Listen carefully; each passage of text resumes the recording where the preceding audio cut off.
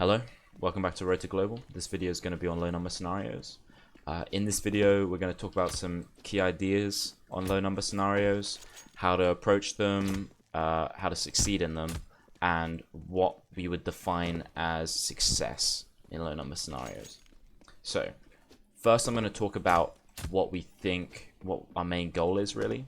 So, obviously winning a round is good, but in between the low number scenarios, so if we're in a 3v3 for example, the main goal right now is to convert this to either a 3v2 for us or a 2v2 to make sure that we're not going to go a man down.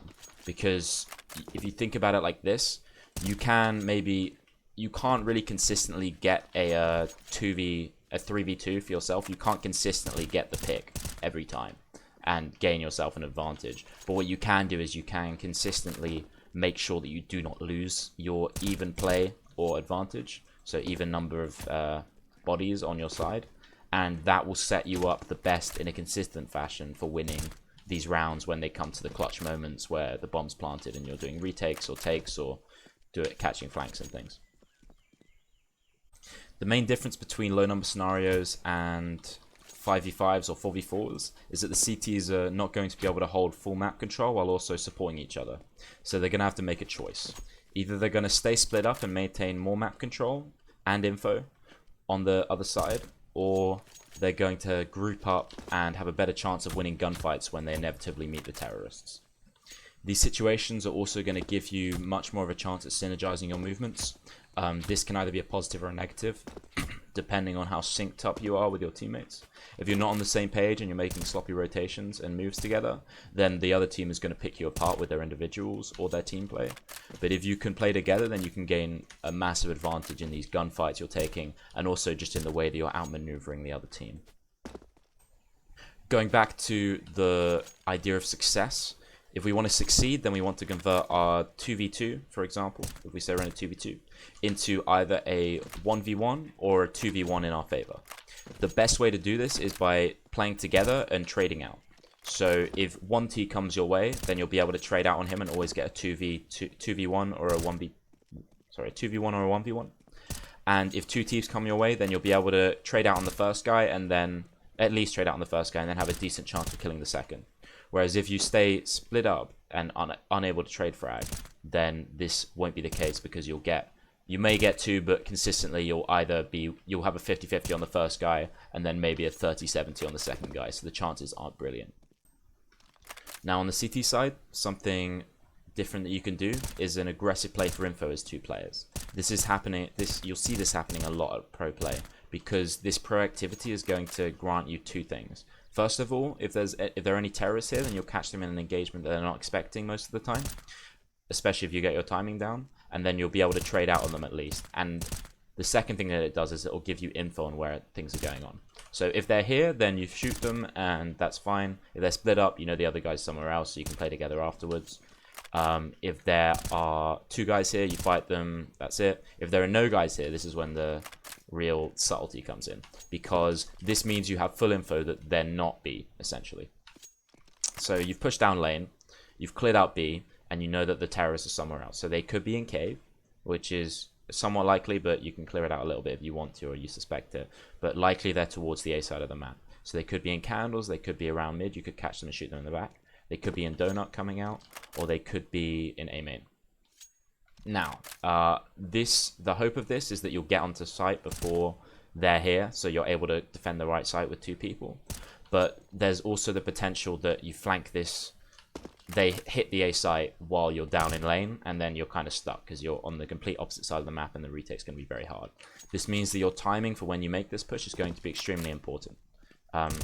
First of all, because you want to make sure you're catching them off properly, but also that you want to make sure that they are not committing to site by the time that you're here. You want to give yourself enough time to make the rotation to the other side of the other site and defend that. Now, as Ts, if the CTs aren't sure where you're going, they're going to be defending or playing for info as described before. You can think about your aim in these situations just the same as you do in the CT side, of consistently converting a 2v2 into a 2v1 or a 1v1 or a 2v2 with a bomb plant. So you want to make sure that you're gaining this map control with the bomb plant in what you're doing, and also trying to trade out on whatever CTs you see. You're going to have several options of how to play. You can try to finish fast enough to nullify the info play if they're making one, because you've always got to think about that thing in the back of your mind, that timer. You can try to punish the info push by sitting in a position like this and holding a very passive angle, expecting the push down, and then exec a bit later on. You can try to abuse the map control that the CTs are lacking, so trying to push into candles, it will almost always not be held. Unless they're doing a 2-man A setup and they have one, here or some shit. But there's generally limited defense towards this area. So if he goes to you guys, you'll be able to trade out. You can also fake one site to try and draw the CTs across. There's a lot of things that you can do. But you generally want to attack a site as 2 players and then trade out, so you can always get that 2v1, 1v1, 2v2 in the bomb plant. There's an element of creativity to how to approach these situations, but the best thing really is to make sure you're both on the same page. So that's going to come off one person making a good mid-round call. It doesn't necessarily have to be the person who's alive. It could be the IGL or a secondary caller. But you're both on the same page. You're doing something and you're doing it fast. So, or not necessarily doing it, like the play doesn't have to itself be fast, but you need to switch into your mind. You get into that 2v2, you reassess the situation. Let's say someone dies here. You're like, okay, this is what's happening. This is where the guys are. This is where we think they are. We're going to do this. We're going to do this and we're going to do it quickly. Because if you can make your play more assertive and commit to it more than the other team does, then you'll generally find more success if the play is half decent. Even if it isn't half decent, sometimes just having more of an idea of what you're doing is going to give you an advantage over the CTs, because they're not going to be ready for someone to be as two players trading out in that position in that time. Now, a final point I want to illustrate is that the way you approach these scenarios is going to be different on different maps, so it's going to be map specific.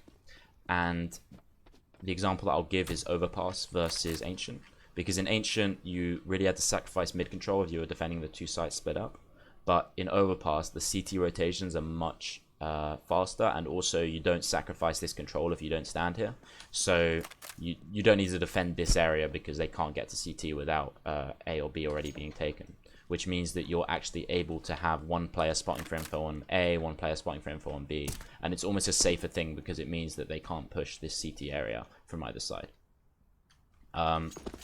This is in contrast to Ancient, where you really had to either defend that area or play without it. So in Overpass, you can play a situation where you have one player doing one thing each. So an angle where they can go here and fall back, because if they see contact, this player can rotate down and get here fast enough to help them out through either Heaven or here before the T's are able to swing them in this position, if they go ultra aggressive, which they generally don't. Which means that you're able to cover more map control and also consistently retake, depending on what you want to do. Alright, so to summarize, we want to make sure that we're all on the same page about what we consider a success and how we want to go towards getting that success. So our success is going to be consistently maintaining either an even man distribution between the 2 teams or a man advantage for our side. And that consistency is going to come from making sure that we never lose the man advantage or lose a man without him being able to be traded. That means we need to try to play together or play passively so we can play off each other and ensure that even if one player dies, he can be traded pretty consistently. And also not making these aggressive solo plays, or if we make aggressive plays, trying to do them as 2 people, because that will be much more consistently able to maintain or gain the man advantage, rather than individual plays which can relatively commonly gain a man advantage, or but they are traded quite often and sometimes they gain nothing at all, so it ends up being less good overall in these scenarios. The second thing is that you want to make sure that you're on the same page when you're about how to go towards that success, which is going to be through a good mid-round call, so either an aggressive CT push or an idea of how to deal with the different things that the CTs could be doing on the T side, by either making an assertive play or trying to hold to counter aggression if you're expecting it. Just having the same idea, being on the same page and using your teammates is really the main thing that you have to do, but also keeping in mind that you're using your teammates because you need to maintain this man advantage or this even situation, and that's going to give you a really good basis on how to play these scenarios. Now, like I've said before, you can deviate from the strategy. It's just that this theory will give you the best results over the long term. So if you can base your players off of this and then maybe have some individual plays mixed in there, that's a good thing. But having individual plays as your basis and then doing this sometimes is not going to give you the consistency that you're really looking for. And it will mean that your team is going to be inconsistent if your individuals are not having great days. But if you can employ this kind of idea and framework, then you'll be able to win games that you really shouldn't be based on your individual performance. Alright, that's been another video. I hope you guys enjoyed and gained something from it. And I will see you in the next one. Peace.